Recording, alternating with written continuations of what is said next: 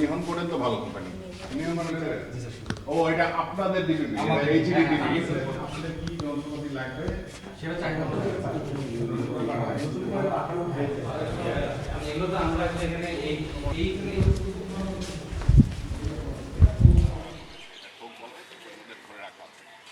বিচার হবে কিনা সেটা তো অন্য প্রসঙ্গ। তার আগে আমাদের যেটা জরুরি দরকার, এই অপচয়টা যেন প্রতিরোধ করতে পারি। আপনি দেখেন আমরা এখানে এসেছি এবং এটা সরকার এবং মাননীয় প্রধানমন্ত্রীর নির্দেশে এখানে এসেছি, যাতে এই ধরনের স্থাপনাগুলো যেগুলো কোনো পরিকল্পনা সঠিক পরিকল্পনা ছাড়া তৈরি করা হয়েছিল, যে জন্য এগুলো ব্যবহার করা যাচ্ছে না। আপনি দেখবেন দেশে বিভিন্ন জায়গায় ভবন তৈরি হয়েছে, যন্ত্রপাতি নাই, আবার আরেক জায়গায় ভবন হয়েছে, যন্ত্রপাতি হয়েছে, লোকবল নাই। এই রকম যেন না হয় সেটা আমরা প্রথমত নিশ্চিত করতে চাই। আর যে সমস্ত ভবন এইভাবে তৈরি হয়ে গিয়েছে সেগুলোকে কিভাবে কাজে লাগানো যায়।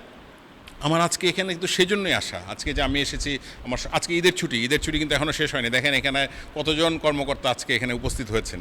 আমরা চাই যে দেশের সম্পদ আমরা সর্বোচ্চ ব্যবহার করব জনগণের জন্য, এবং এই কারণে আজকে ছুটির মাঝখানে আমরা সবাই এখানে এসেছি। একটা সুন্দর একটা ভবন, এটাকে যেন কাজে লাগানো যায়।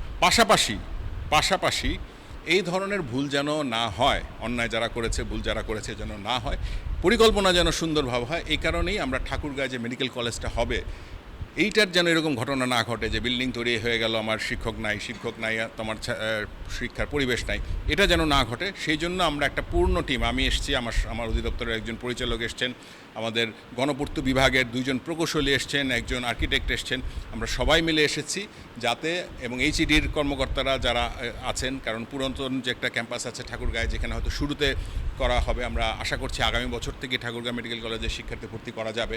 এই পুরো জিনিসটা যেন সুন্দর পরিকল্পনার মধ্যে হয়, যেন এমন না হয় যে বিল্ডিং তৈরি হলো, কাজ চালু করা গেল না, সেটার যেন না হয়। এই জন্যে আমরা আমাদের আজকে ঈদের ছুটির মধ্যে আমরা এসেছি।